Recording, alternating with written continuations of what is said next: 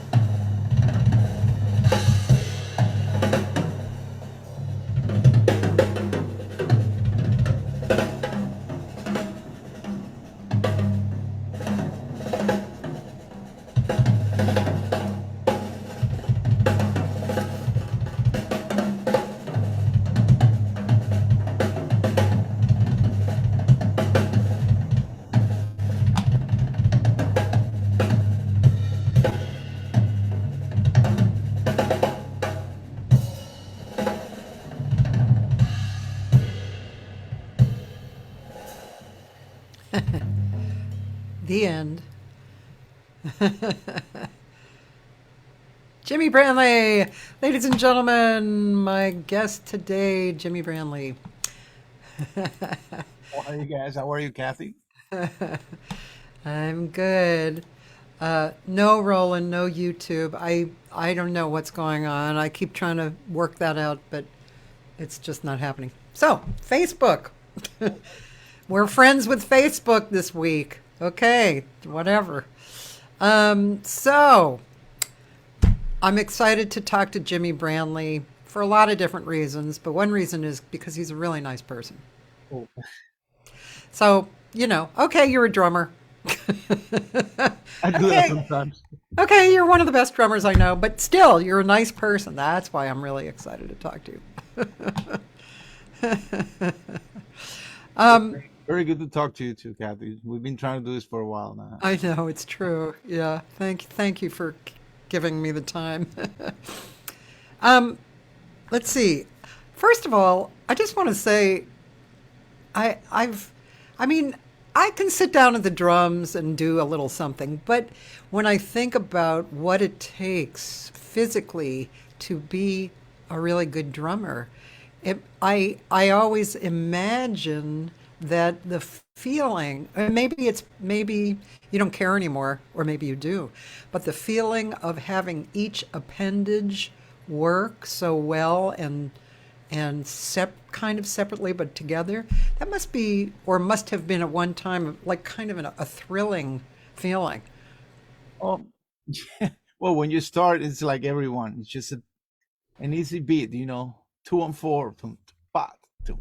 Then from Yeah. there is where whatever your mind wants to take you, and whoever you're listening to inspire you to do other much advanced stuff, But Yeah. But did it ever occur to you like, oh, I'm using all my appendages. This feels really good. yeah, but most people who start with drummers, the physical part is in their advance before anything. So that means they had the talent to do it, and then they realize that way later. But at the beginning, it's a fun thing to do where you see, oh, I'm doing all of this. It's fun, but they're not thinking about that. They're thinking about the sound that comes out of the instrument and the Yeah. fun. Yeah. That's why you're starting and you're not realizing what comes after, which is the responsibility of keeping the band, happy with nice groove and nice sounds. So it's a whole different deal. Yeah. I remember one drummer, can't remember his name. He was an old bebop guy. He said to me, "It's all about the time." Yeah. And I was like, well, of course first of all, of course you're going to say that. You're the drummer. But he's right. It's all about the time, you know, right? Well, yeah, yeah, of course it is, but it's all about if you're playing by yourself, it's all about whatever is in your mind at the moment. But we're playing with as soon as you jump in with another person, even if it's one, a bass player, a piano player, or a singer, it becomes it's not you anymore. It's two people trying to make one thing, accomplish one thing, which is to groove and to sound good and to like, show something interesting. No Yeah. matter what instrument. It could be with brushes, could be with sticks, could be with your hands, could be just doing drums with your mouth, and it's just a matter of it becomes a responsibility. It's not you anymore, just having fun on your own. Yeah. Well, I mean, people listening to that, I mean, for me, when I hear Jimmy say that, it kind of reveals one of the things about his drumming that's so obvious, which is your sensitivity to what's going on. I mean, it's not only, I remember seeing you at Bar Fedora, which was a really nice venue to see you at, and just being so impressed with, yes, you are a great drummer, and, all the reasons why you like to watch drummers and listen, but also your ability to play soft and sensitively.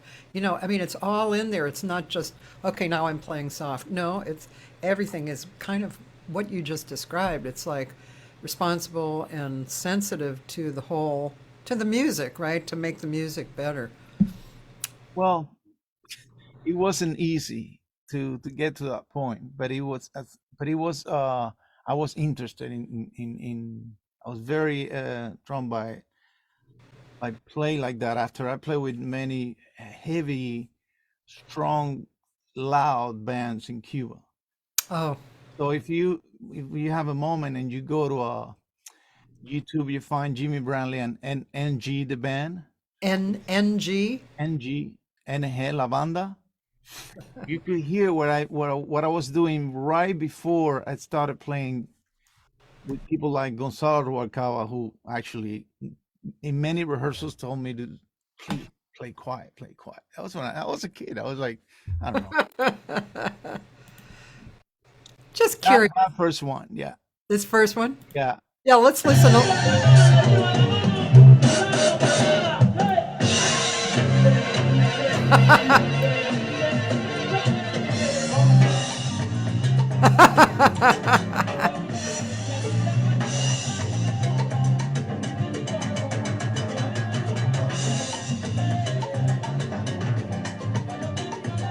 Well, anyway,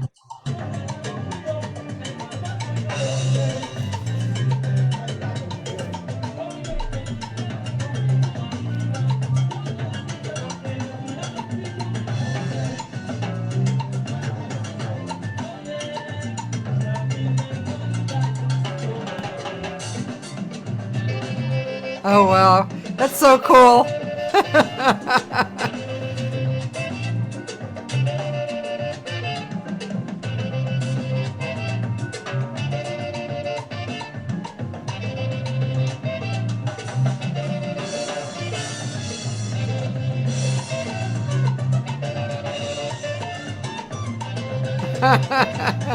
so right. That's really cool. Oh, So my God. the thing with this is when before this I was with some fusion bands that were a little more, on the Chick Corea kind of a Cuban mixed Chick Corea kind of vibe. But Yeah.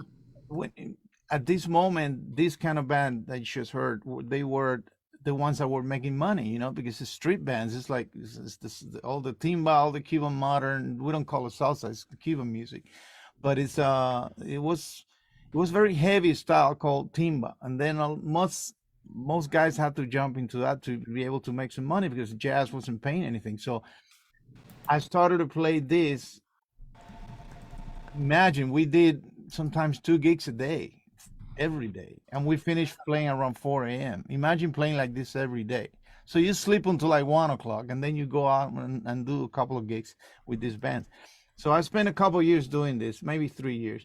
And then Gonzalo Rubalcaba, piano player, calls me to play, and then I was already listening to a lot of jazz, and I always been a big fan of back then of Peter Eskin because I really like the way Peter plays so melodically and soft too, and with so much dynamics. Yeah. And but I never actually tried that myself, on the drums. And I was already listening to a lot of jazz because the way I started playing drums was by my dad playing me an album from the band Deep Purple named Made in Japan.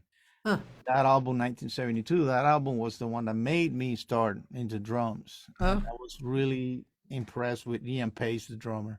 Of Mm-hmm. course, it's the first thing you hear, is I could have listened to Buddy Rich or Elvin Jones, but no, that was my first drummer, and I was totally impressed. Great drummer, left-handed from English guy, dude. And he inspired me to play drums. So I started to play rock when I was a kid. I used to live in a rooftop in Cuba, and practically in a rooftop because I was playing in a in an open space, and people would throw me stuff, like tomatoes or whatever. Oh. So the whole tomato and popcorn, I already had it in Cuba. It was mainly tomatoes. So uh, but that's the way I learned, playing with records, with rock, with Beatles, with Zeppelin, Rush, and all those rock bands. Then I started to listen to Chick Corea by mistake. A friend of mine brought me an album. Then I switched completely. Wow. Besides, I went to the other side, but I never left. There's no size in music. You like jazz, but you have to be aware that there's many other things. So Yeah. when I started playing with Gonzalo, I coming from this band they just heard. It's like, I he said, "Man, Jimmy, you're playing too loud." We were rehearsing with acoustic piano with no mics, so at a theater. Yeah. Theaters are live and very live sounding, so you have to really. And the drums in Cuba, believe me, really horrible drum sets with thick cymbals, and it's not like here. The kids go to the store and they buy exactly the stick they would need for the type of music they play or the cymbals. No, in Cuba, it's whatever you had at the moment. Even most of the stuff that I had was made uh, by me or family members that helped me build stuff. I Oh, never had a real drum set until right before I came here into 1998. That drums you saw there and that video, it belongs to the band. So it's not mine. So you play with whatever they have. And if you wow. see on that video, the sticks are split in two. They're broken. They are taped in the middle. But I don't know if you remember a guy named Chuck Silverman. I remember the name. He passed away years ago. He was back there with watching the video, and he had a bag of sticks that he brought from the U.S. and he gave it to me after the show. And I said, "Man, I wish I had him before the show." Well, that was actually people that helped. He was one of them that came to Cuba with stuff. And Uh, but anyways, huh. I I you don't have the right tools at all in that country. Nothing. Everything is made up. Everything is fixed. Everything is rust. We live next to the sea, to the water, so everything is like, it's definitely in really bad condition instrument. Everyone, bass players play with the same strings for 10 years, Oh, and they don't cannot change it. Drummer, same thing. No sticks. You have to make it happen. So the effort into playing soft, all it also involves the instruments that you play. You can choose thin sticks. You can use thin cymbals, not necessarily the size, but the weight of the cymbal helps to play soft. None of that I had back in the day, so it was all muscle train. You have but you have to train yourself to do it more physically than and the instrument didn't help you at all. So here you can find instruments that help you play that soft. yeah. You still need to put a lot of musicality that needs to be inside you, that you want to do it. Some people, it's not about I'm gonna play soft. You gotta want it to do it. It's about being responsible. I always say that playing any instrument is a responsibility. It's not just so if I'm playing at a club and the piano doesn't have a mic or it sounds really soft, I got to play at a level where I can hear the piano, and I got to imagine the audience listening to that, not just the drums. Otherwise, there's no point. And then that creates a problem between musicians. Then you got to give a piano player or a bass player the opportunity and the you know that you are able to do that. I'm capable of giving you a space so that you can be heard too. So I always had that in mind. I always liked to play in with dynamics, so that the band sounds like even. I also like sound, and I engineer records and mix a lot. So I always have that kind of balance thing in my head when I'm playing. I like to hear everything and don't like to overpower. There's you always have your moments, but so anyway, when I started with Gonzalo, he was one of the guys, and then I started to listen more to Peter Eskin. Peter had that nice touch, always have it, still have it. But that was one of my big influence when it comes to that, that dynamic range and a lot of all the beautiful things that Peter has. Um, yeah. Uh, I have a friend on here, Taylor Hatch. He's asking a few questions, but um, he wanted to know if you ever dealt with serious moments of hand tension or posture and, dealing with how your body sits. Oh yeah, yes. Uh, The harder you play, the more problems you get. Your hands start, especially if you don't really work out a lot. Yeah. or and even that, workout could give you more tension. But yeah, definitely. Sometimes I play with the band. I've been for I think more than 6 years now with Colin Hay from Men at Work, and I play with him. And I've been doing these tours where we play kind of strong. I remember one of the gigs where my this part here gets numb completely. I have to hold the stick. I don't feel the stick. Wow. Then you have to, in your mind, you have to relax because you cannot stop the beat. That's not like playing jazz where you can actually play the right and rest. No, that's a Oh, wow. and at least two hand and a kick job. You know, so you have to keep it happening. But yes, I have moments where it hurts, and my leg also would cramp. And oh yes. So do you deal with that mentally, or I mean, of course, everything comes from just, like the image and the deciding. Same with singing, you know. Well, when you're playing and you start feel that your hand is loosening up and it's not getting strength to hold the stick, you have to what I do is I grab the stick, and while I'm playing, I'm moving so that you get flow. It's flowing, the blood flowing. So otherwise, it gets worse. So while you're playing, you kind of swish. You kind of, if it hurts too much, then you hit the snare with the right hand instead of with the left for a moment until it kind of goes away. And then immediately when the song is done, you gotta stretch and do some stuff. Yeah. But that's a sign that you need to look at that, take a look at that, because you might have some kind of a problem with your hands, and you had a lot of musicians go through that. Everyone, I think. Yeah, I remember talking to to drummers over the years, and them talking about, I guess, just some kind of relaxing while they were playing, especially around the hands. My husband played a little drums, and I was getting him lessons, and they would talk about that because he had a lot of pain in his hands when he'd play. He was not a great player. He's kind of a beginner, pretty much, but there would be a lot of pain. So the the teachers would always talk about at varying points of view, I guess, on a relaxed hand. Well, your whole body, your whole mind needs to be relaxed. Otherwise, if you get, especially if you want to play with dynamics, Yeah. very relaxed and be able to. Because remember, it's not the same when you pulling a string on an electric bass, where you can have volume. We don't have that. We have sound that comes out of the instrument. That some people say play soft, but even if you play too soft, you don't get the actual sound that you want. So you have to try to get that sound while you're playing soft. That's a whole different level of dynamics right there.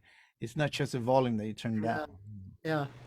So you have to be very relaxed. I always think about when I play, I always keep my body in slow motion, you know.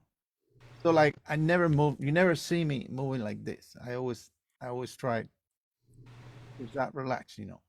Even if I moved from here to here, I wouldn't never jump fast. I try to move the stick before the hand so it doesn't so the hand's not ahead of the stick. Things like that help, to flow, try to flow effortless and with a lot of you know, I would say not slow motion, but think think Yeah. think a little slow. Don't go ahead of yourself. Right. You know who plays like that is Mark Ferber, Uh-huh. right? He's like, he's a very fluid looking player. And I guess his teacher actually worked on that with him. And this thing, I never had any teachers in drum teachers ever in my life because I grew up in Cuba where the system was we have to deal with all the Russian schools and they were teaching us only classical music and very stiff, kind of like playing. And I never had the chance to learn any drum set, only by ear, by listening to Oh, stuff. wow. So I had to teach myself whatever I heard because back then kids at here when they anytime they want they can go online and see all these free videos. Back then you had to have a VHS copy or something because we didn't have the streaming or anything, so we had to practically everything was by listening to a tape.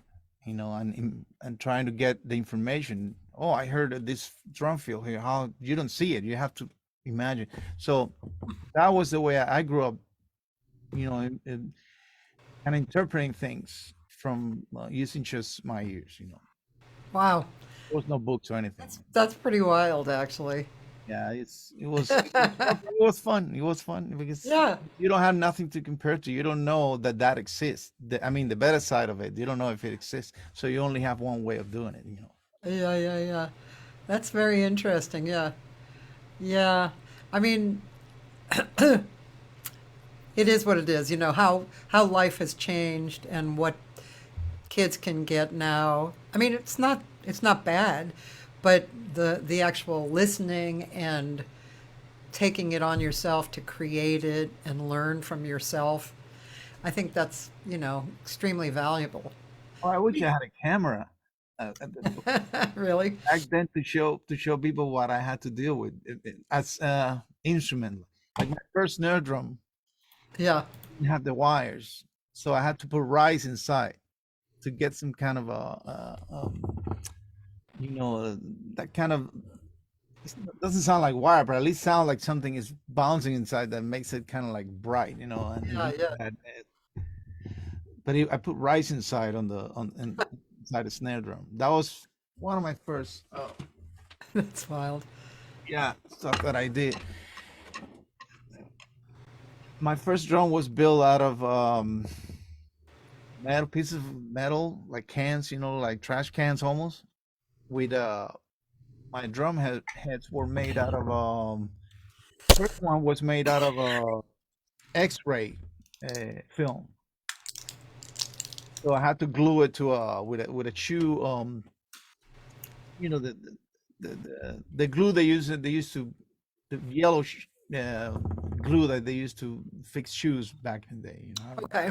So I kind of glue that into a rim and try to make it a drum head. Then I realized that the film that they used to do cartoons back in the day was a really good material too. It's transparent. It's was a little flexible to work with. So that I found some used ones outside a company in Cuba that did all the cartoons. They throw away the bad ones. Was it strong enough? Not really. Those things. Yeah. So and we had some stuff, that arrived from Russia, really horrible quality instruments, and so I had to deal with all of that. But it was fun. I never worry about anything. I never was like, oh man, I wish I was in the U.S. and I had all of this because I didn't know. Yeah. So, How old were you when you left Cuba? that was 1998. I'm 50 now, so it was quite a. For me, it's like I started second. Being here is a whole different deal. Yeah, I would say so. Is that when you left Cuba, was that when you started touring with? No, before I used to from 1991. I used to play with this band named Four Space Cuarto Espacio, and they took me out to Venezuela and some other countries, and I had the chance to experience some places, but never had really the experience of living outside Cuba. It's only go do a couple shows, come back. And then with that band that you saw, I used to travel a lot too. We went to Europe, went to many places, and then with Gonzalo as well. And but just visiting, playing, not speaking any language, just Spanish, and then doing your money, which is was very little money that you can make back in Cuba, and then come back and then keep living your life of not having anything. But you're happy because we were happy. We didn't need anything. Now, when you hear, you realize how many things you have, things that you were dreaming about that now you have. It's like, well, That's funny. but yeah, it is. It's quite experience to do the whole change of life. Coming not just from any country, but from Cuba, which is a country that not really so hard to get anything. Yeah, yeah. Um, you For some reason, Joey Heredia popped into my head. It's his birthday today. Oh, I guess because on the line, I'm go out sure there. I'm sure he loves your playing, and he's such a great drummer too. And He was the first guy I went to see when I moved here. really, Yeah, I arrived 1998, and Cecilia Noel picked me up. Cecilia Noel, I don't know if you remember. She's a sure. singer from Peru, and she actually sings with Calling Hay. She's married to Oh, Calling Hay, and she does the background vocal for Calling. We oh, work a lot together. She's a very, very beautiful person, and she actually helped me so much to start in this country. Also, her and Carlito, the Puerto Cuban bass player, really helped me a lot. And then from the airport, they took me to La Valley, and we went to see Joe Heredia's trio with Mendoza. What's the name? No, yeah, yeah. Well, the pianist. Well, no, wait. The bass player is that his name? Mendoza. Mendoza. What's it? Marco Mendoza? Marco. Yeah, Yeah, and Renato Neto on yeah, piano. That trio was killer. They took me live. And that was the first thing I saw. I was like, wow, this is cool. yeah. That was an amazing trio. I saw him recent. Marco. I looked him up. He's still doing it, man. He's so good. Whew. Wow. Yeah, and Joey just has that fluidity. There's just real and connection to the time, and yeah, We were really. hanging the other day at the York in Highland Park. He Yeah. came by and we had a little hang there. Yeah. You did? Oh, nice. Oh, that's good. Yeah. Yep. I have to call him. um, so, also, I wanted to bring up when my husband and I came out to see you, and Roland, who's here, Roland Ascaruns, came to see you at the 1881, which you're playing again on Wednesdays, right? Every Wednesday, or Well, no? I'm doing like once.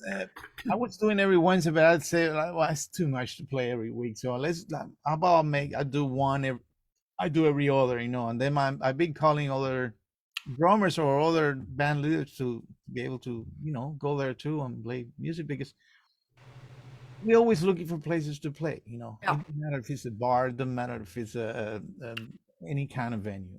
yeah, You just want to play, and money is important, but always comes second when it comes to what we really want to do.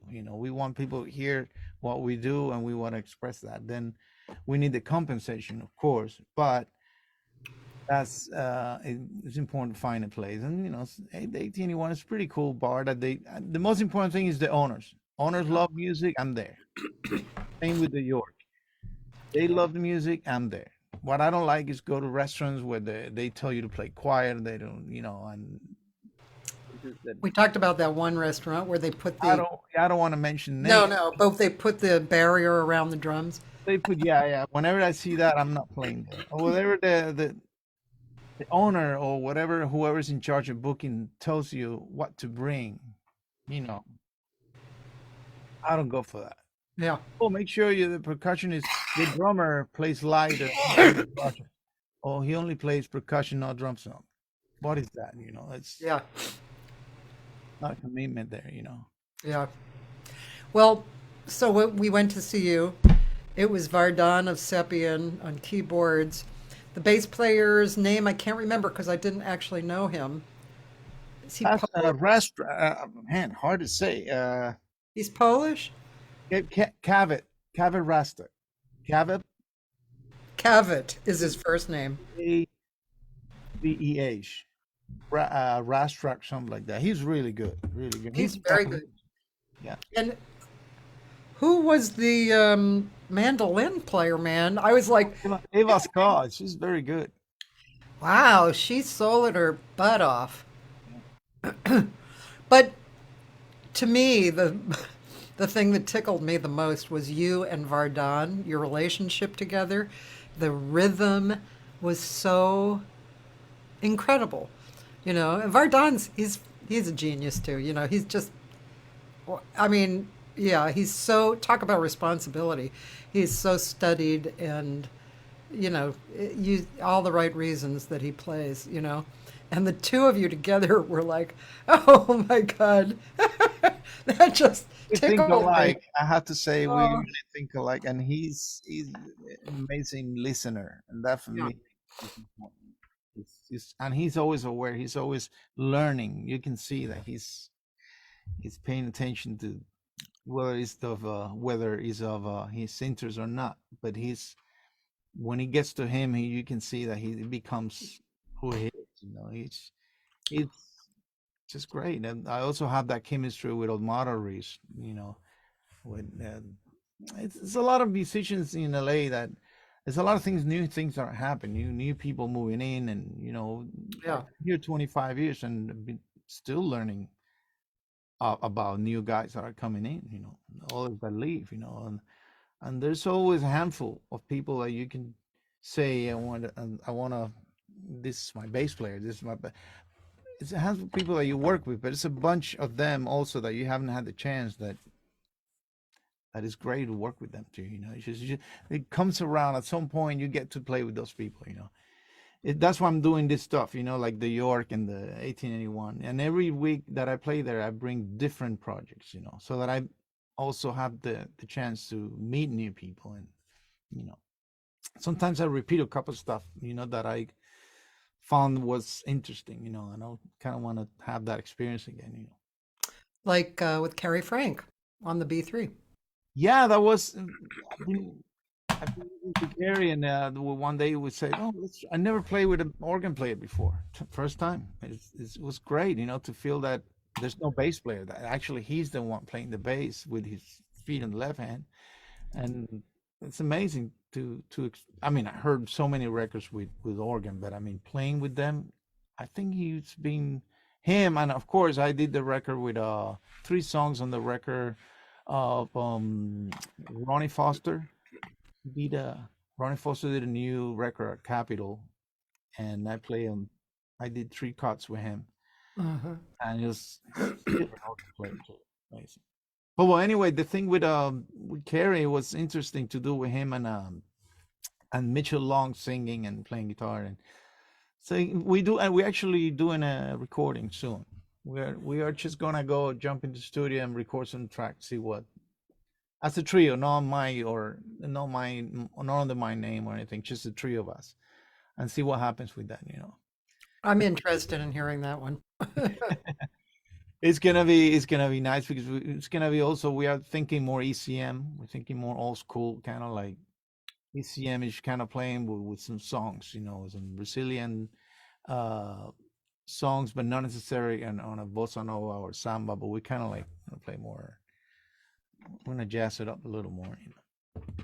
And that's something that's coming up That's soon. interesting with the B3, Yeah, right? An ECM-ish with it sounds B3. good. Let me tell you. Yeah, Yeah, it sounds good. It's beautiful, and Carrie's an amazing musician too. he Yeah, is. yeah. And well, Mitchell, I've been working with him Yeah, Mitchell is.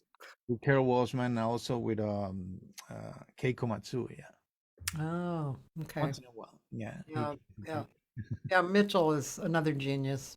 yeah, He's, yeah, we are so lucky to have so many really wonderful people who are great musicians here. It's become pretty amazing.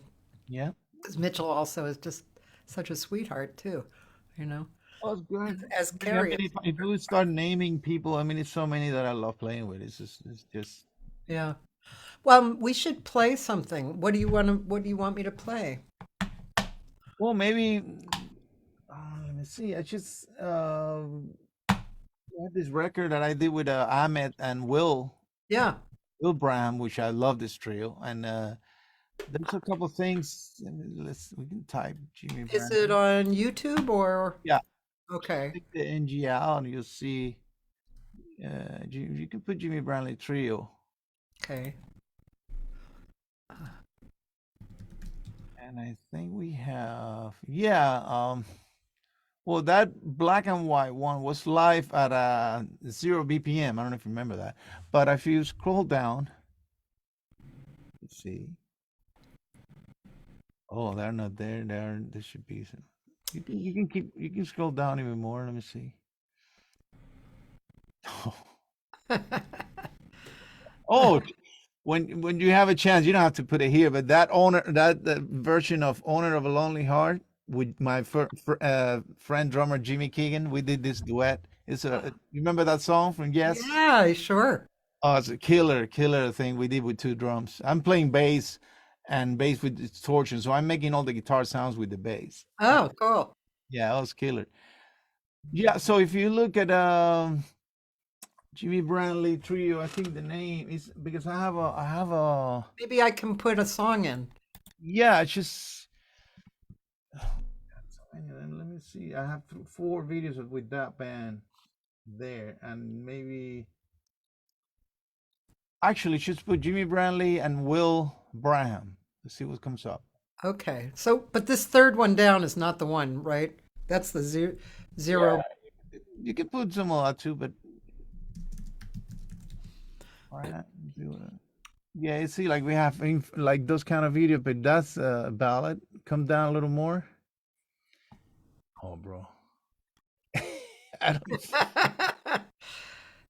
Tell me a song. Maybe if we put the song in. yeah, well, you can put let's see which one. I don't know. I don't remember what many videos we did with that.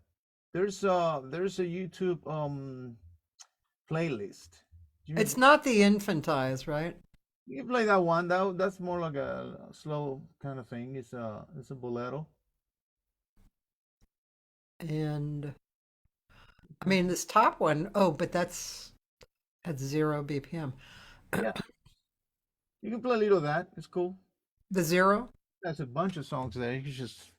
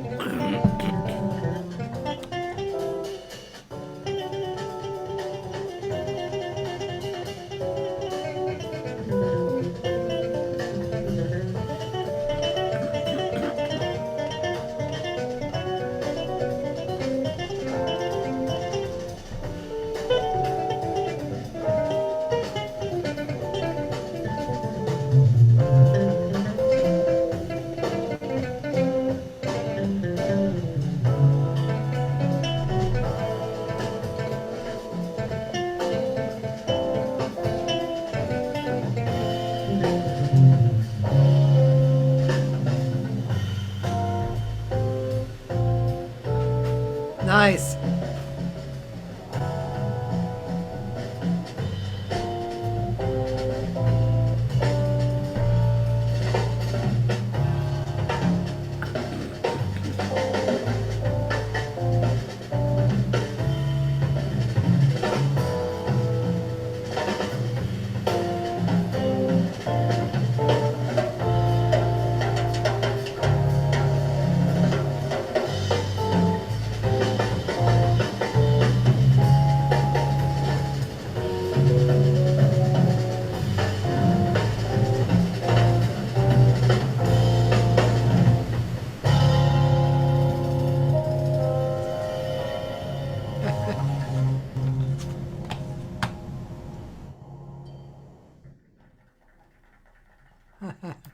Nice. Yeah, that was from Billy Halting's show. That was so good. He did that for a long time. Still doing it, I think. No, I don't know. He's not still doing it right now. I think he's actually been traveling. That is part of this album, Kathy. This is part of Oh, the album that its name the just meeting. meeting. And yeah, this is a great, great, great great little trio record. I love it. I love it. And these guys are so good and so one thing that I love about Amit and Will, they we playing practically everything with a little bit of a Cuban influence jazz, into it. Yeah, yeah, They're not just there to do it. They actually learn about it. They visit me many times to take lessons about Cuban syncopation and stuff, and they are so into it. That's something I really. That's why it kept me doing this stuff with them because they really want to do it right, and that's important. It's just showing up to the gig and reading the charts. They actually because there's a style that you need to. They need some.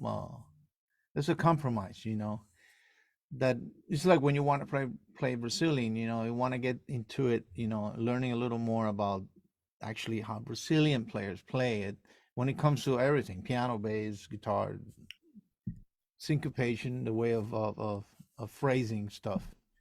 So it's good to learn if you want to sound a little close or authentic, there's it's important to be able to do that, to put a little bit of time into learning the stuff that you're gonna do for a living, because most people play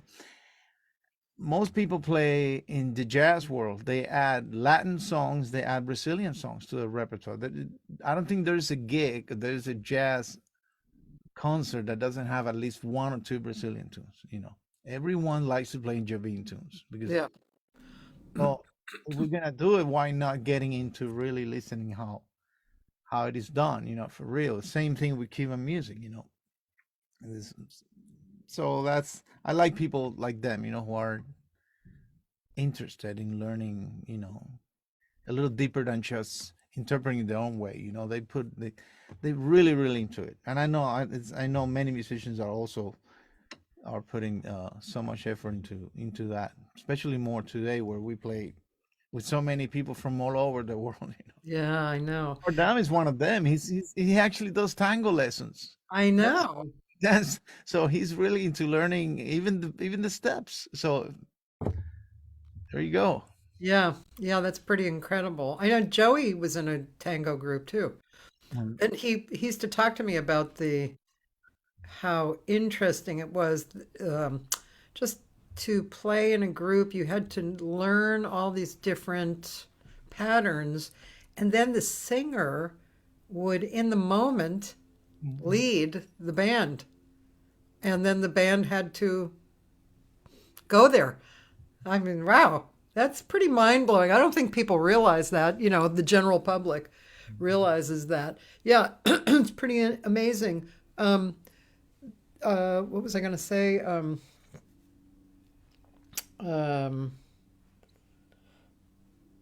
oh, yeah, it just made me think of something kind of unrelated.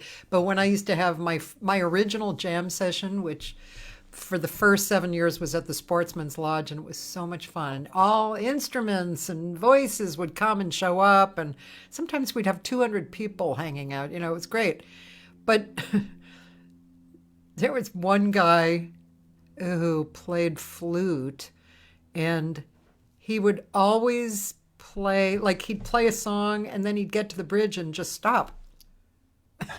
And I'd take him aside and I'd say, there's a bridge, there's more to the song. And he would laugh at me like, oh, you know, like it didn't matter. It was like, yeah, no, it actually matters.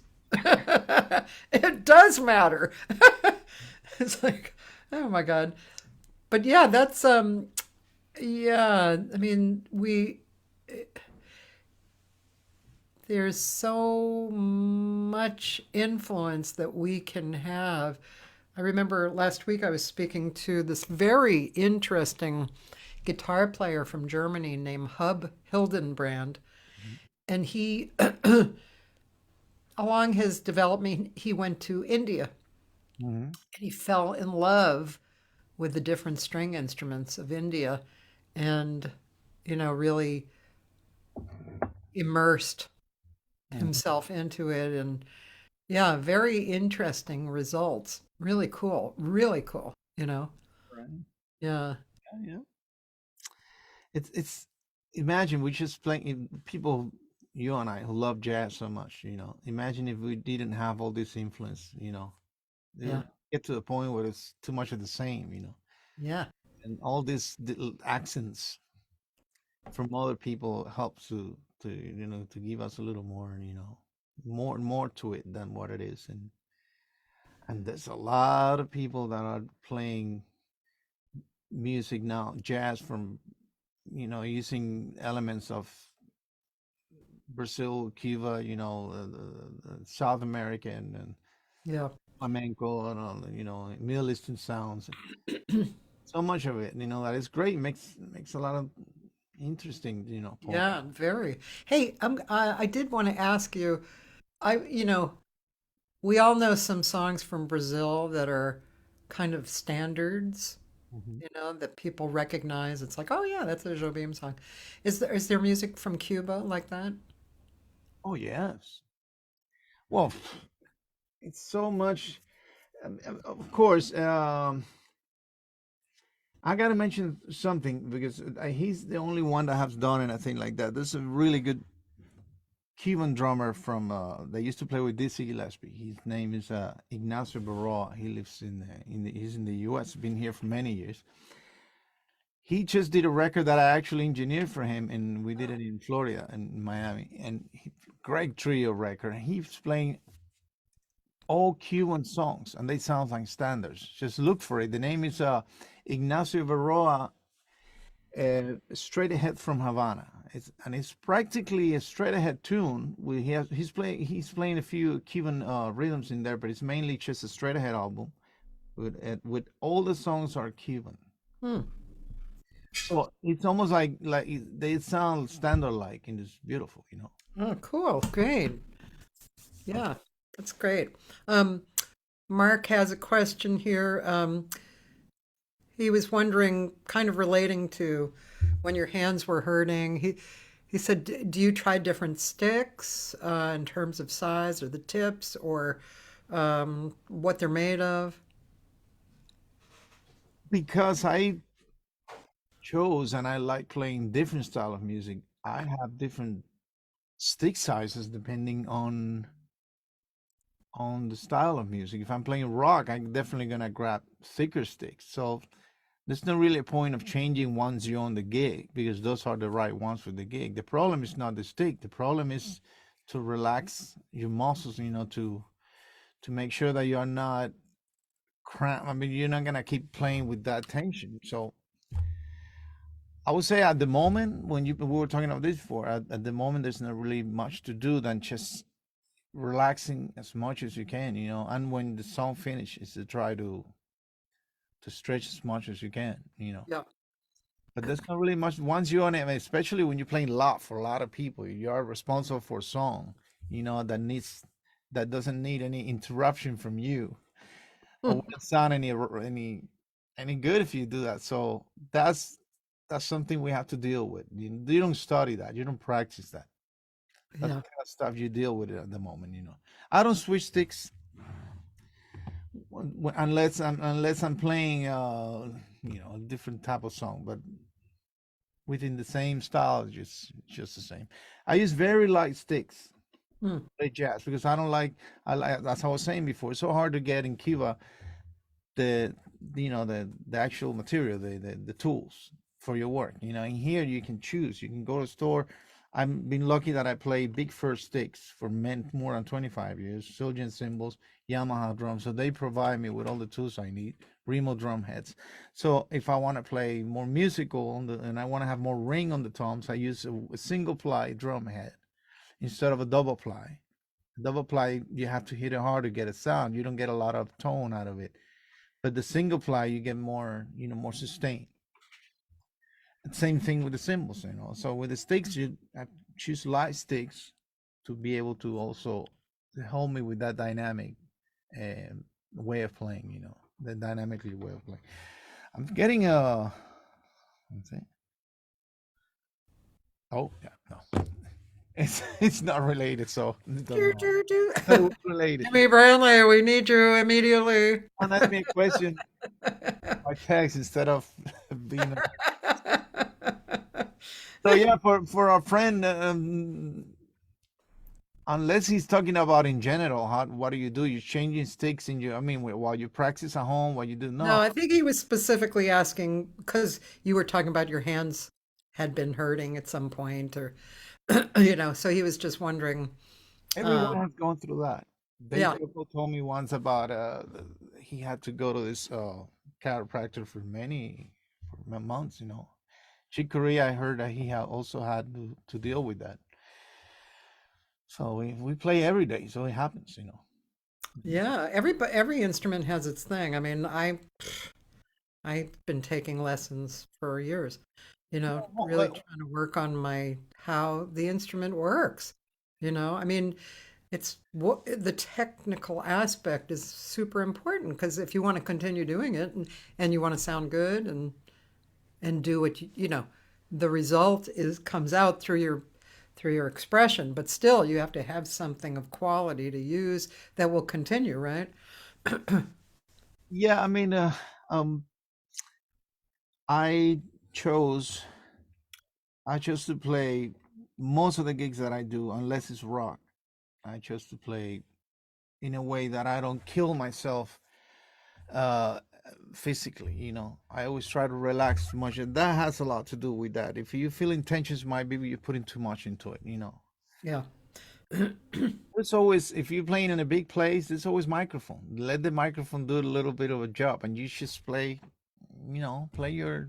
You don't have to overdo it. A lot of rock guys overdo it because it's also a show. You Yeah. have to Yeah. show that energy, especially young kids. Yeah. I'm not there anymore. I'm just I'm way past that. But the normal playing, it should be always relaxed, Yeah. always, Yeah. always relaxed, and that helps. Same with singing, by the way. It's like you gotta actually use the instrument and not depend. Well, I've heard sax players say that too. Don't depend on the mic to make the sound. Yeah.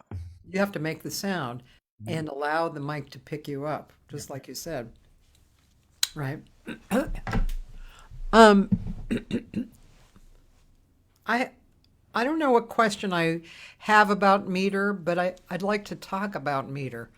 I'd like to see what your thoughts are on meter because yeah, you're such an agile drummer with each piece of your body making it seems like it's got its own point of view.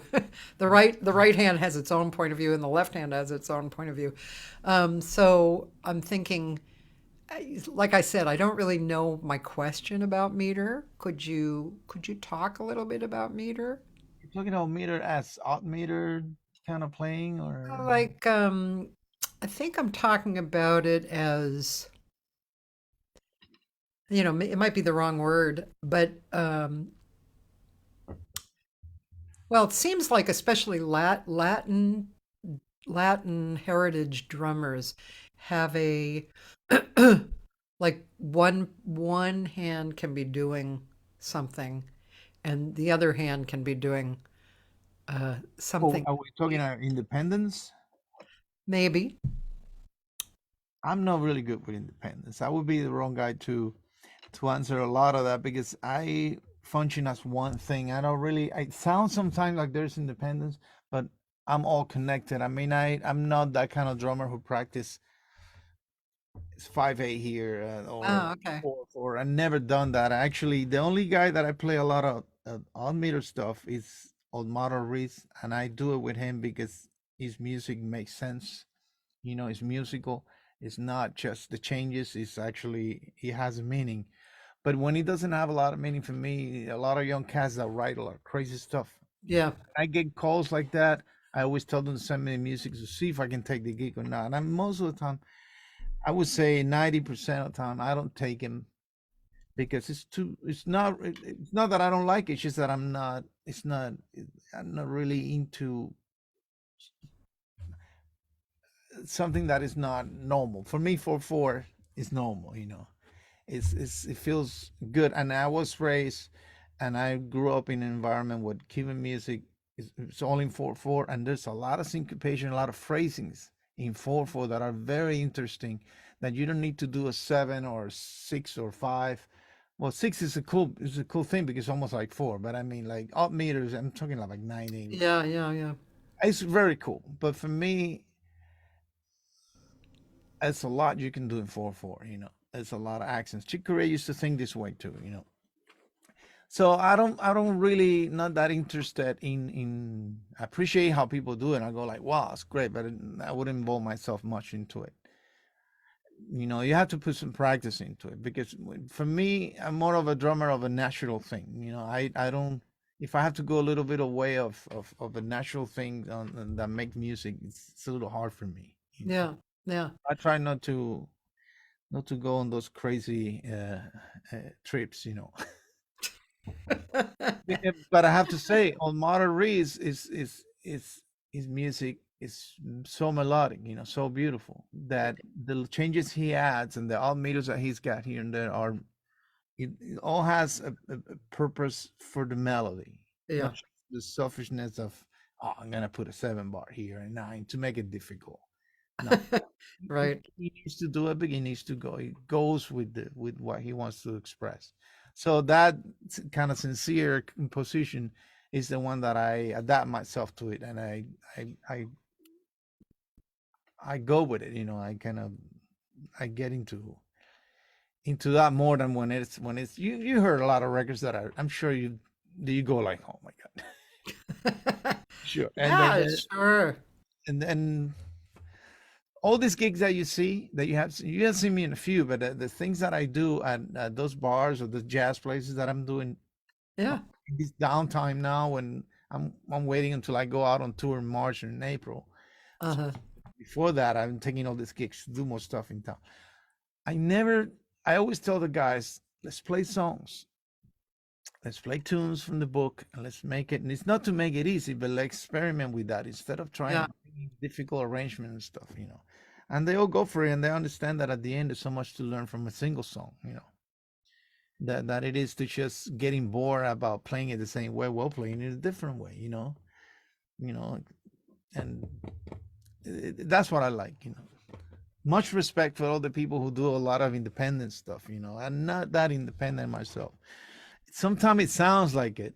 It does. And Roland said that it's interesting to hear you say it because he hears you playing in and out of the 4/4 meter and creating different rhythms. So, It's all in four. It's just that remember, Cuban music has syncopation in Cuban music is beautiful, and it yeah, has so much accents that sounds like you are getting off the beat. You're playing a different beat, but it's the same. It's just accents that are not natural for the common jazz straight ahead or pop uh, yeah, listener. So it's accents in different places that are not as comfortable, but they're interesting. And then when you add that to jazz or to some kind of even to straight Latin jazz, you can pick any song, and yeah, you can accent here and there. You can do different stuff. So it the influence from Cuba is huge. It's huge. I mean, you could write books about ways to interpret it. For me, it's like a phone number. You can change the number. There's always how many million people we have no phone numbers of same. So it's the same thing. You're changing accents and stuff around on a series of numbers. You create something new. It's the same when you go to I go to a company, a cell phone company. I want a new number. They give you a new number. That new number could be a combination of syncopations. If you take if you think about musically, you know phrasings. When you practice a phrase, taka taka taka taka taka taka taka taka, you can play taka taka taka taka taka taka taka. That's one second way to do it. Another way is taka taka taka taka taka taka taka. Another way to do it is just no accenting anything. Tak tak tak. So omitting some of the beats. So the same phrase could be sang and could be played in so many ways. And that's what I like about music. The fact that you can interpret one single phrase in many many different ways. So that sometimes is interpreted as odd meter, or changing no, it's just the accent is in such a strong weak place that you think that's the one of the next yeah, you know yeah, if you hit something hard, you think that's the one, correct? correct. And but that strong accent could be in the end of four, could be in the end of three, could be in the end of two, could be on a second eighth note triplet, or a second quarter note triplet of a bar, and that throws you off. So I imagine always how the listeners that are not musicians, interpret these things. We musicians understand this stuff, most of it, but the audience, they only get blocks. If you change the beat the beat around for someone who doesn't know anything about music, they would interpret that as the main beat. Yeah, yeah. I've talked to somebody about this before. I want to say it was Bob Moses, but um, they had an education that was kind of an interesting. It was more like their mentor was telling them, like brought them into the hallway where a lot of people were walking, and something about, well, basically what you just said. It's, you're still in this time, but you're accenting different people in the time. And Roland, yeah, I think you're right. Russell Ferrante is good at creating those kind of accents with especially with his left hand. Yeah, he's very good with that. Yeah, it's kind of delicious, isn't it? You know Talking who about else? Rosa, talking about Rosa Ferrante, Yeah. I always say there's not one day that goes by that I don't listen to Yellow Jackets tune, because for me, Ah, that's that's what I'm gonna take when I leave this world. I'm telling you, Yellow Jackets is wow. a band that I could listen every day, at least a couple songs. It's something amazing to me how that band's how part of me that sound is, the songs, everything. I'm really good friends with them, especially Jimmy Haslip. I work a lot with Jimmy, so I get to experience as a bass player and as a person. Yeah. But the music of Yellow Jackets is killer. Yeah. Especially my favorite record is called Spin, The Spin. Uh-huh. For me, it's the best. I listen to a record at least once a day. That's wild. Hasn't been one day that I don't listen. Not because I Yeah, want to learn what the incredible Kennedy's doing on drums. No, it's just that I love the music. Plus, what Will Kennedy plays is beautiful, but the music, which is amazing. And records like Kid Jarrett, My Song, stuff like that, yeah, ECM. yeah. That's who I am. That's the stuff that I like.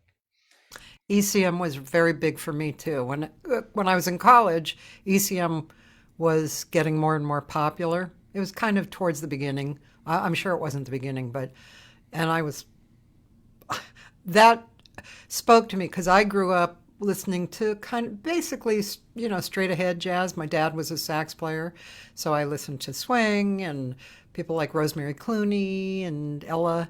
But then I got into Berkeley, and wow, ECM was like, and Weather Report and Bob Moses, and I was like, wow, my brain just like expanded. It was so wonderful.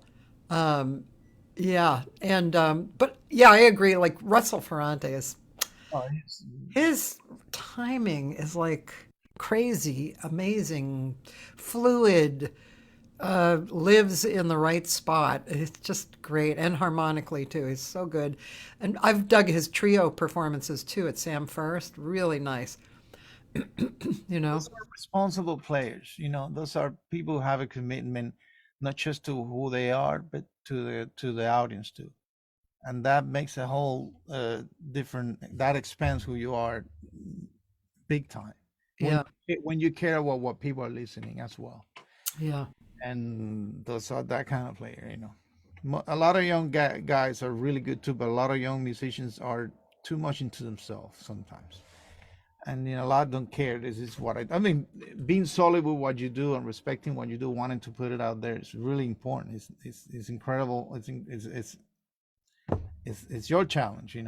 But also, you know, caring about what the audience gets out of you is another step.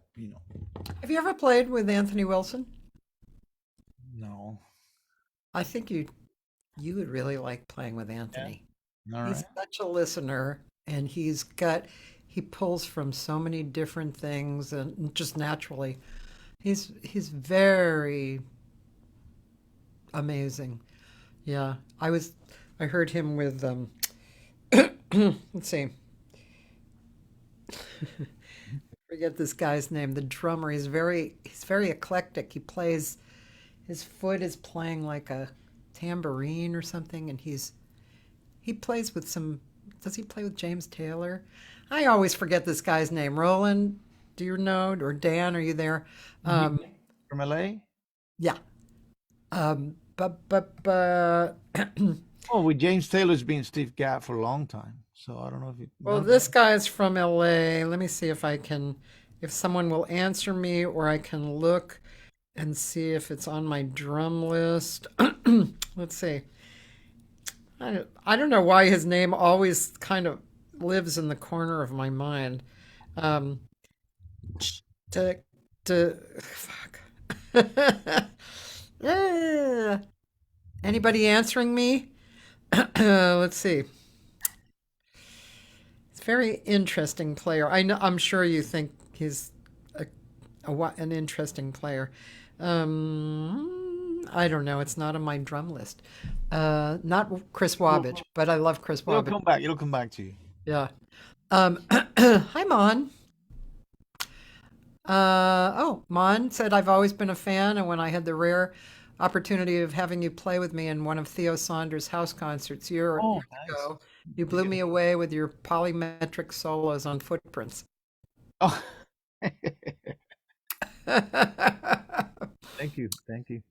There you go. Hey, so also I was curious. I mean, obviously, well, not obviously, but I know that you're an engineer and you have a studio. And um, and how did that come about? And you've been doing that a long time, right? That's actually 50% of my workflow. Yeah, it's in the studio. Either I'll show you a little bit around. Okay.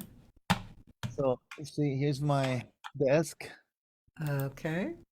I do. This is all analog mastering. I do analog mastering here, and have my drum set up with mics and everything. So I do my sessions there. Yeah. I sit down, do a lot of drum tracks, or just mixing albums or singles. Also mastering. It's um it's something I love doing, Yeah. and it keeps me at home too. I don't have to be, playing every night, uh, going like crazy trying to make up for the. I don't like to. I'd love to play, but I wouldn't like to be out there having to. I like to. But plus, I love doing this. I mean, I love being at home and experience with sounds and stuff. I mean, and working on sounds is one of my.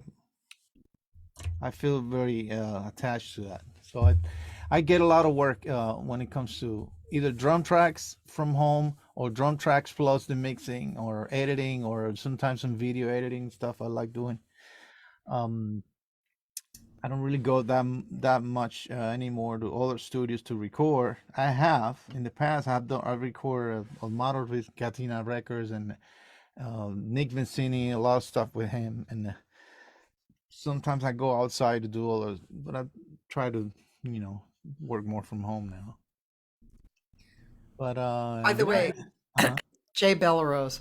Oh, Jay Rose, yeah, I don't know why his name always like lives way back in my mind, but he's a pretty interesting drummer, yeah, you know? yeah. Kind of very different, I think. Um, so your studio and your engineering. So did you say somebody had flown you to Florida to be their engineer? Yeah, this is one of my mentors. I mean, Ignacio Berroa, just an incredible Cuban drummer who is one of the guys that I say Cuban, but he's a straight ahead player. He's a jazz player, an American jazz player who happened to be born in Cuba. But he's one of the guys you can count. You know, with your hands that are from other places that play like an American. So he's a good friend too. And we share experience. We talk almost every day. Oh, He did that record called Straight Ahead from Havana, okay. Yep, I wrote it down. and all songs are original Cuban songs. You know. Yeah. Um, Roland said, would you like to talk about the origins of your last name, your family, any other musical people in your family? My dad, which I didn't get to live with him much. He lives in Miami. Uh, he was he was a guitar singer in Cuba. Hmm.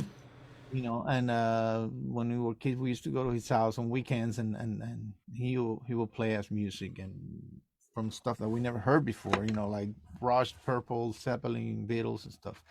And his my second name is Branley, and I learned that Branley is part French, part British. Don't know much about it. All I know that there is a museum in Paris called the Branley Museum with the Y, and don't know much. I gotta look into it, but no, I don't find much. Even there's not a lot of people with my second name. Only family members. I don't know any. There you go, Roland. Yeah. That's it. Uh, um, how about us listening to something else? Well, I wish there was a video, but I'm very proud of a record that I was doing with uh, Lyle Mays right before he passed. Oh, The record became one song because that's all he was able to do. But it's a 13 minutes song called Everhard that is so beautiful. It's on YouTube, actually. You can, it is? but it's a Okay. 13-minute song, so maybe it's not the right length for this kind of thing. Right, but we could listen to a little bit of it. Should I just put Lyle Mays? So many musicians in there, And what? Bobby, actually, Jimmy Johnson, Jimmy Johnson both play bass here, and Bob Shepard takes a beautiful solo too. I'm sorry, what was the name of it? Everhard. Oh, Eberhard, right here. Yeah, that one. That first one. It's beautiful, beautiful tune. It's breathtaking, and he incredible guy to work with. And me and I'm on drums here, and Alex Alacuna is playing also percussion, and he's playing a little bit of drum stuff too. But I'm mainly in charge of the whole drum set here, and And what? I'm sorry. beautiful piece. But 30 minutes. Oh, If you're gonna play, I'm gonna go out for a moment, and I'll be yeah. I mean, I might come out of it around 8 or 9 minutes. well. Maybe start then from minute 5. Okay.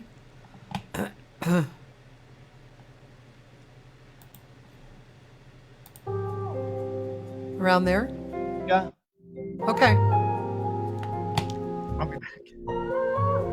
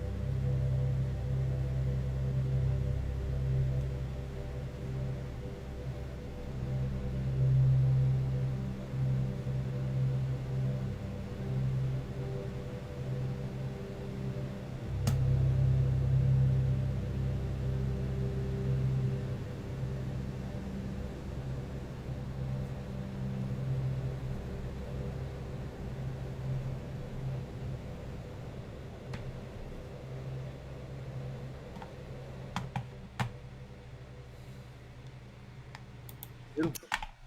Yeah, he's pretty much a genius, isn't he? We got he got a Grammy with this last year. Oh, he did. That singing, that's his Aubrey Johnson singing there. Oh, She's yeah.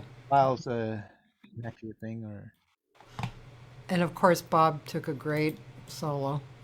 yeah. He's so good at stuff like that, isn't he, Shep? Wow. He's playing at Kulak's a few times, you know. Yeah. Yeah, he's playing. Well, he and Maria are playing. Um, let's see. I think they're playing the last, the last, the last Saturday in February, February 25th, and then Shep is playing in March, like on a Sunday. He's playing. Yeah, March 12th. March 12th. Yeah, so that'll be fun. Um, yeah. I'm in Bethesda. Oh no, are you here March 10th? Oh, I'm in Charlotte. In Keiko, that I'm telling you, March gonna get pretty busy. So what days will you guys do the show there? Well, okay, so Kulak's Woodshed, for those of you who don't know, who are here watching, it's an old venue. It's been around for 23 years, but mostly it's served singer-songwriters and acoustic rock people and blues people, mostly, and with an occasional Brazilian or jazz thing coming through. Um, so recently I've started booking a series, I guess you could call it a series there. So it kind of fell into Thursdays first. So the first Thursdays of the month are Brazilian, which we had last week. It was really fun. Dory Amarillo led it. It was great. And second Thursdays, which this week is we're calling it new music. It's some people might think of it as a little bit avant-garde or free music, but it's Vinny Golia. I don't know if you know Vinny. He's like the king of this kind of music, and he's been that way for years.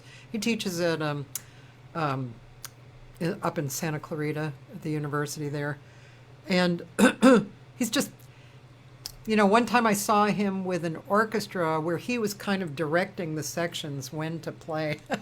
It was great. Anyway, so he has a quintet there this Thursday, which I'm really excited about. And then the third Thursdays of the month, I wanted to get back to guitar night, which John Pisano, did for 25 years, because I just thought that was a great. I'm a big fan of guitar anyway, but I just think a lot of people would like that. And then the fourth Thursday of the month will be the Art of the Duo. That seems to be happening a few more scattered nights as well, like a Saturday night here and there. But so a seasoned jazz singer with piano or guitar, because I think that particular art form doesn't get seen enough and experienced enough because it's very subtle and wonderful. And Cal State Northridge is coming in a few nights. They're students, so they're going to do two student groups and a jam session. Yeah, and I'm already thinking since you said it about almost 2 hours ago of the more workshops there. Yeah. Yeah, and and then various people are beginning to think about what they'd like. Some people have done stuff there before, like for instance Brent Fisher, Claire Fisher's son. He's done something there before, but now that I'm kind of stirring up the pot, he's going to come back and do it again. And it's really like being. Last week, I just felt like, wow, this is like being in a TV studio because they're just running things like that and they're live videoing it. And there's no other place you can get that experience, It's really fun. The little bit you gave us on that, it was great. I mean, Yeah. you streamed the whole thing? You was streaming? Yeah, it streamed the whole thing because that's just part of what he does. I was Anita Robles. I haven't seen Anita in a long time. She's so adorable. And then do you know Nikki Gonzalez? Yeah. She sat in on the end. Wow, she was fantastic. Renee is one of my favorite bass players, you know. Oh yeah, he was great. And the first singer was Manula Prince, who had been visiting from Paris. So she's Parisian, but she spends like 50% of her time in Brazil. So it's kind of like Flora. She kind of sings like Flora. So that was cool too.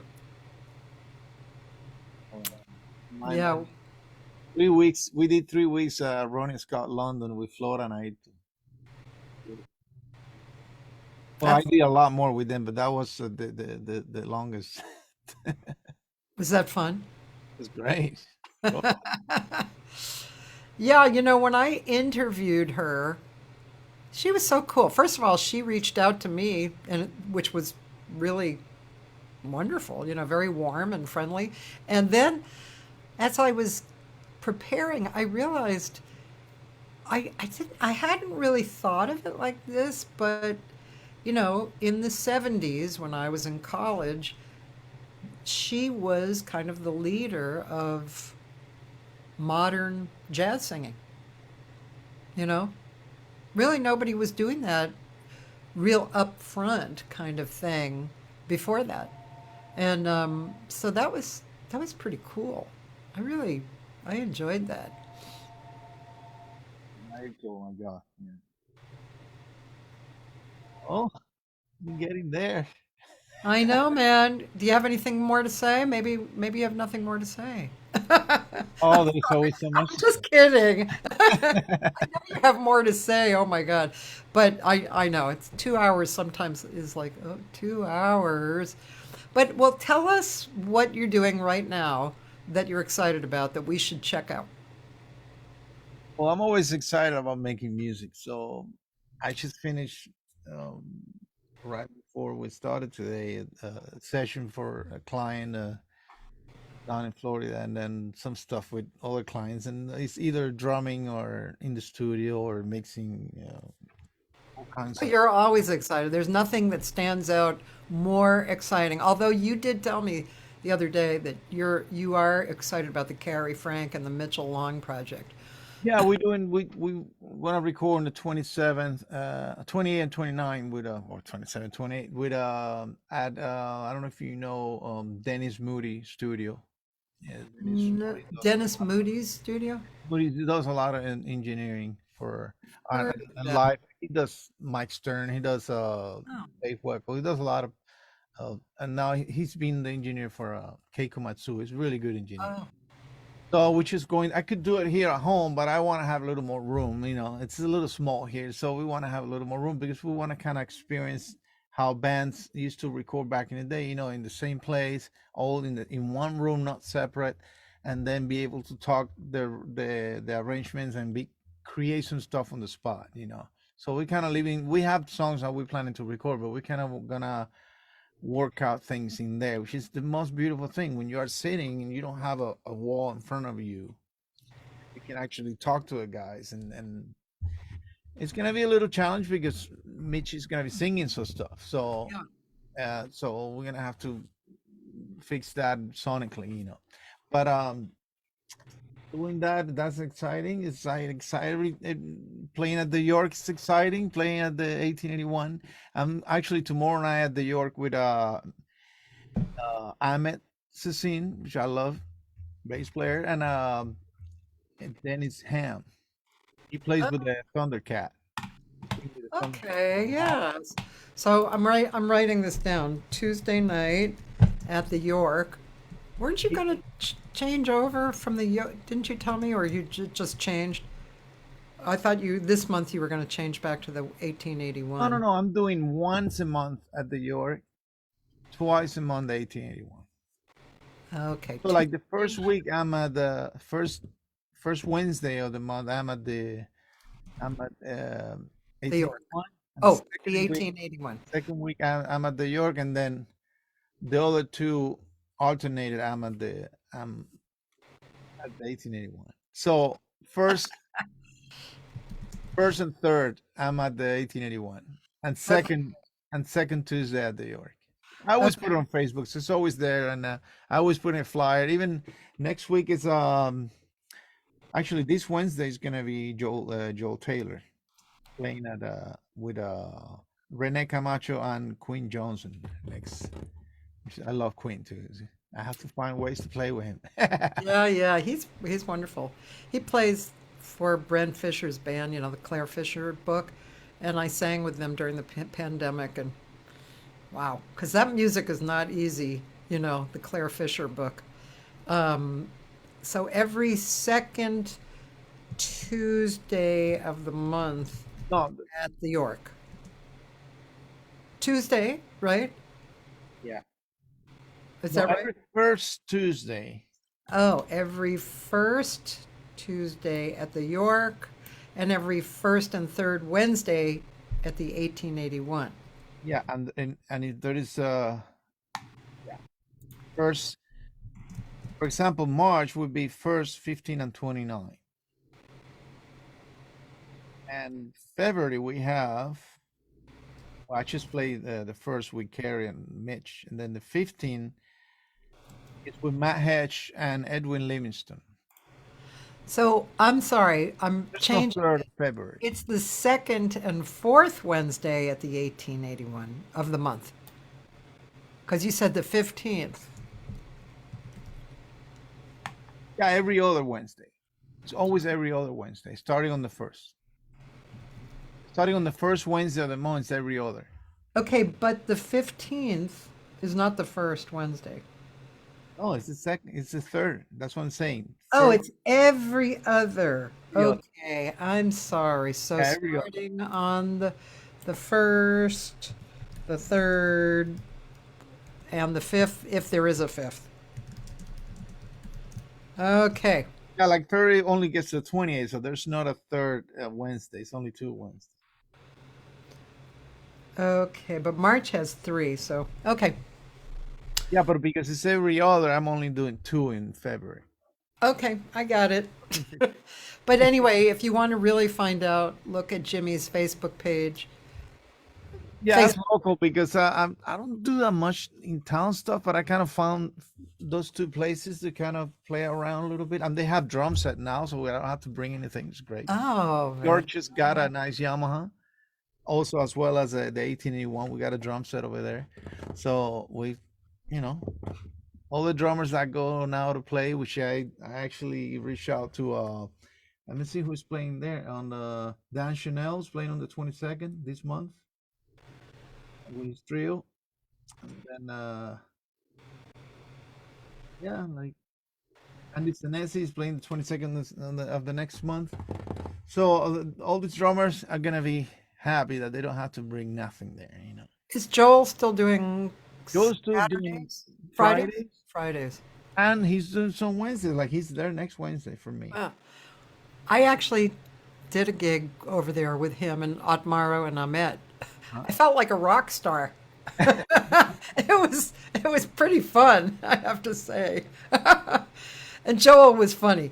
He was kind of playing kind of straight in the beginning until he got, where because I don't know if he and I have played together really. We've known each other for years, but so anyway, Well, the first thing we do when we play with someone first time is just listen, make sure, okay, this is where we're going. Let's,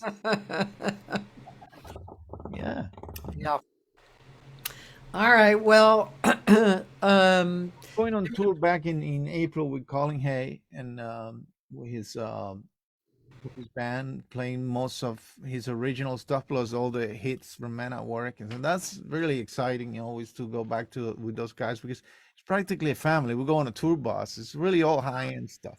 It's beautiful. It's and very professional. And Colin is one of the most amazing leaders and the people who hang around with. Plus, still singing his ass off. It's great. and so people find out about that through Colin Hay's name, just Colin Hay, or Yeah. yeah. Plus, I always advertise. When it comes close to the tour, I always it's already sold out everything, but it's great. And Keiko has a few good dates now in March. Wow, So Keiko's been performing forever too. yeah, right now she's in somewhere in the Middle East, just traveling around by herself, piano solo. Wow.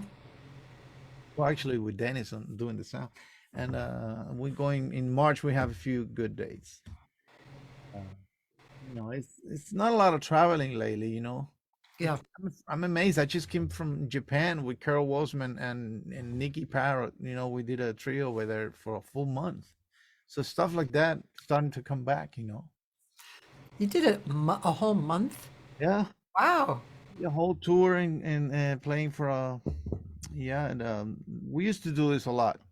We used to go to Japan a lot. The guy who used to bring us there, just Takao, his name. He just passed away. So we kind of finished the tour on his name. Yeah. Yeah. That's it. I don't know if it's gonna happen again, but well, it was great. It was great. I haven't gone back because I was supposed to go. I usually go once a year these days for 3 or 4 weeks. But the last time I was supposed to go was 2020 in March, and so that was the big pandemic moment, and I haven't been back because I do a lot of teaching there and in small spaces, and that's how I make my money a lot. And I didn't see that happening. I didn't see both Japanese people particularly wanting that, and I wasn't sure I wanted that to be in a small room, teaching while people are breathing a lot. So, but I miss it. I feel like Japan is my second home, so I do want to go back. And um, yeah, I'll go back in the next few years. I see that you have a flute back there. You play flute yourself? Yes, this flute, I leave it out so I can go like this. No, this is what I got into Berkeley with. I was a singer, but at that time they didn't have voice, so I played flute when I was a kid, and so I got in for flute, and I still can play a little, but I don't practice enough to really be good. I get to hear flute every day. My fiance is a great flute player, so she's next door practicing while I'm playing drums here. So it's beautiful. It's nice to hear good flute. Yeah. Bad flute it's not as bad as bad trumpet, but it's not that great either. All right, well, I'm going to let you go. Oh, and I did want to just say, I wanted to brag because I'm recording with Jimmy at the end of March with Ahmet and Jimmy and Yun Sung Cho, or Cho Yun Sung as we know him more here, who moved back to Korea, and he's coming here for us to record a record. And then he's going to put strings on. Did I tell you that? Yeah, so we're gonna do, kind of standards, and his arrangements, and the trio, and then he's bringing it back to Korea and putting strings on. So Look forward to that. you'll be famous in Korea if you're not already. I've been in Korea. It's beautiful. Thanks, Jimmy, for being here. Right. I appreciate your time. Thank you so much, Cathy. Thank you. Say hi to your fiance. I forget her name, but she was very Laura. Laura. Laura. Laura. Now that you said it, I remember. Laura. I'm writing it down. That way I can remember. Exciting, exciting. All right. Well, we'll talk very soon. And All right. I'll stop by what's the name? Kulak's Kulak? Woodshed. Yeah. Yes. I'm sure it's very nice. Yeah. Right. Thanks, Jimmy. Thank you. You can go, and I'm going to tell people about what's happening this week. All right. Thank you, everyone. Thank you, Cathy. Bye, Jimmy. Bye bye. Thank you. Jimmy Brandly. Wow, what a nice guy. So nice. I wanted to tell you tomorrow, I'm not sure what's happening, just because I haven't, sometimes musicians don't get back to you. But what I'm planning on is a celebration of birthday for guitarists Barry Zweig, who passed away a few years ago, and John Pisano, who is alive and well. Two of the greatest guitar players who just happened to be a day apart in their birthdays, and really great. Actually, today is John's birthday, so happy birthday, John. But tomorrow I'm going to celebrate. We'll have a few guitarists on for sure, and some musicians who knew both of them, or whatever. And then Wednesday, George Claben is going to be on. George is a producer, and what did he do? Well, he's a producer, and he owns Resonance Records. Resonance Records is a really pretty incredible record label that digs up classic old stuff. I mean, bebop stuff, and it's really interesting stuff. And yeah, so he's going to be on Wednesday. Thursday night, February 9th, is Kulak's Woodshed featuring Vinnie Golia's quintet.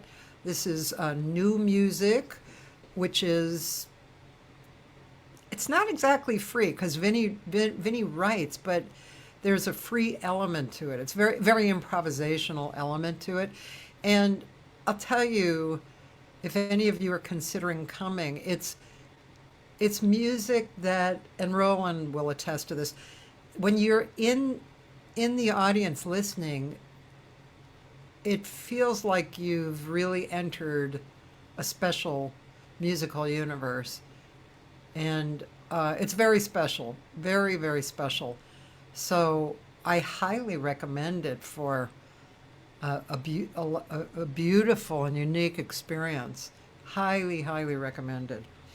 I wanted to bring this music into this area of town more because I never see it in this area of town. I mean, there's a place downtown called the Oracle, but that's way downtown.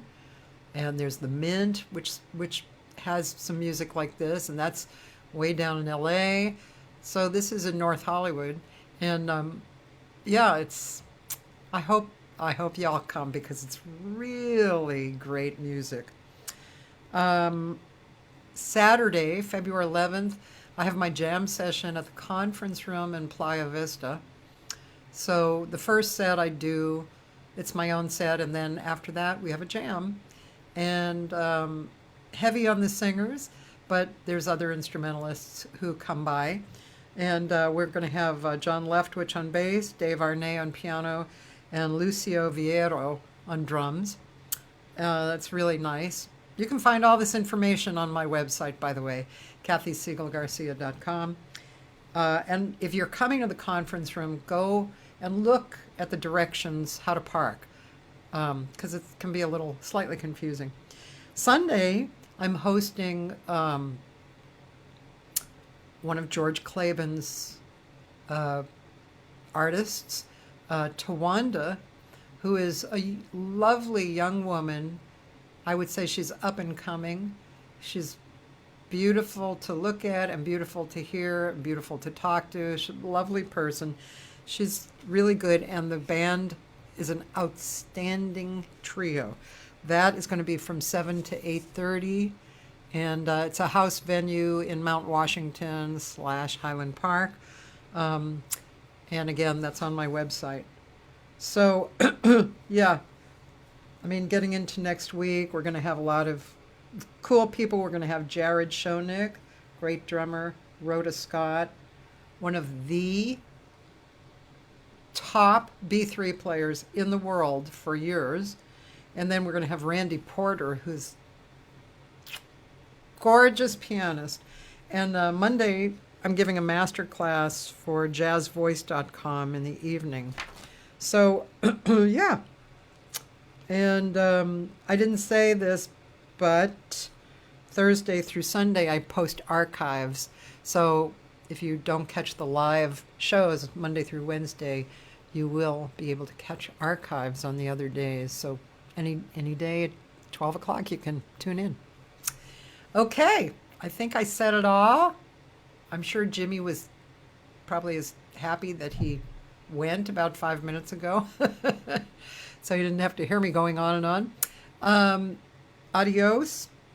Um, I don't know what else to say, but definitely check out Kulak's if you're in LA. And I'll see you soon, I hope. Bye.